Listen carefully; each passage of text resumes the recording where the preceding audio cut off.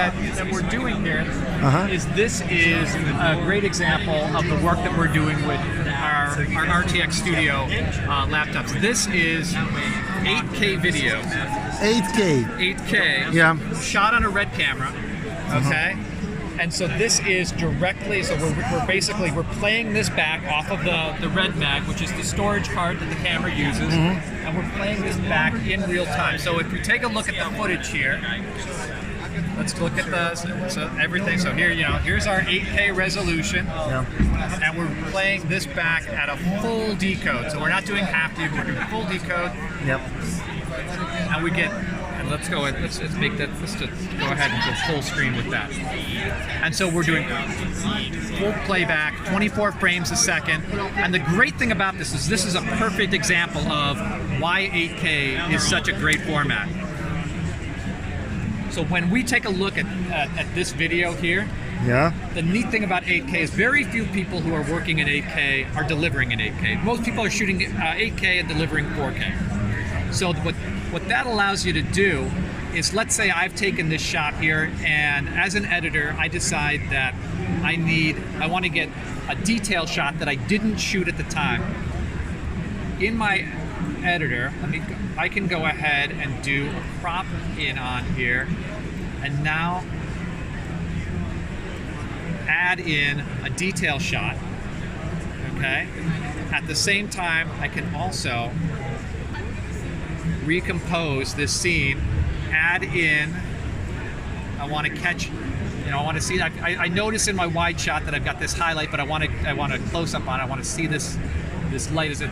So now I've gotten, by being able to recompose an 8K shot into different areas, I've taken a single take and I've created 3 different looks for it that are all unique.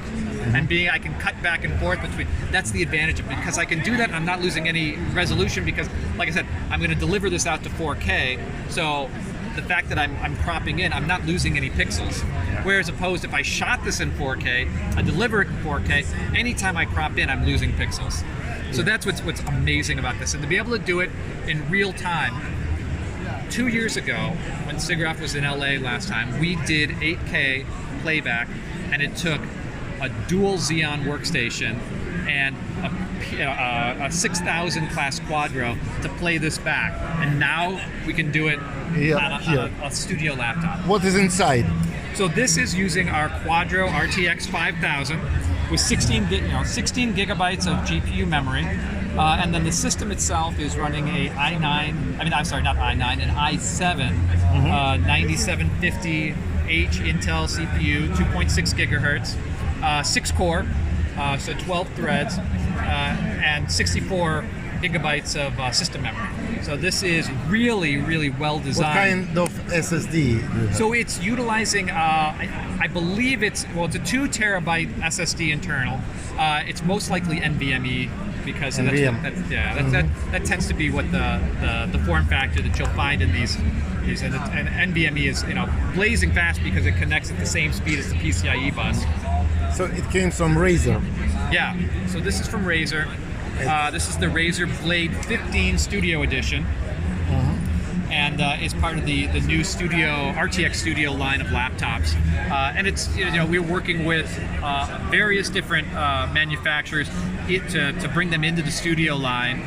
And provide really high quality laptop systems for creators in a wide variety of applications, not just video editing, but also, you've got 3D rendering, we've got also, But it looks like half of them were made the gaming laptops before. Yeah, so now the easy switch for exactly. So there's a lot of, what you'll find is that there's a lot of crossover between the gaming and then the creative side. But the difference is that what you'll find is that when you look at the creator laptops, is that the hardware and the specifications of them are all designed with the creators in mind. For example, this 4K OLED screen that we've got on here, with to get these rich deep blacks and this nice color pop and everything on there, is ideal for editing on the go.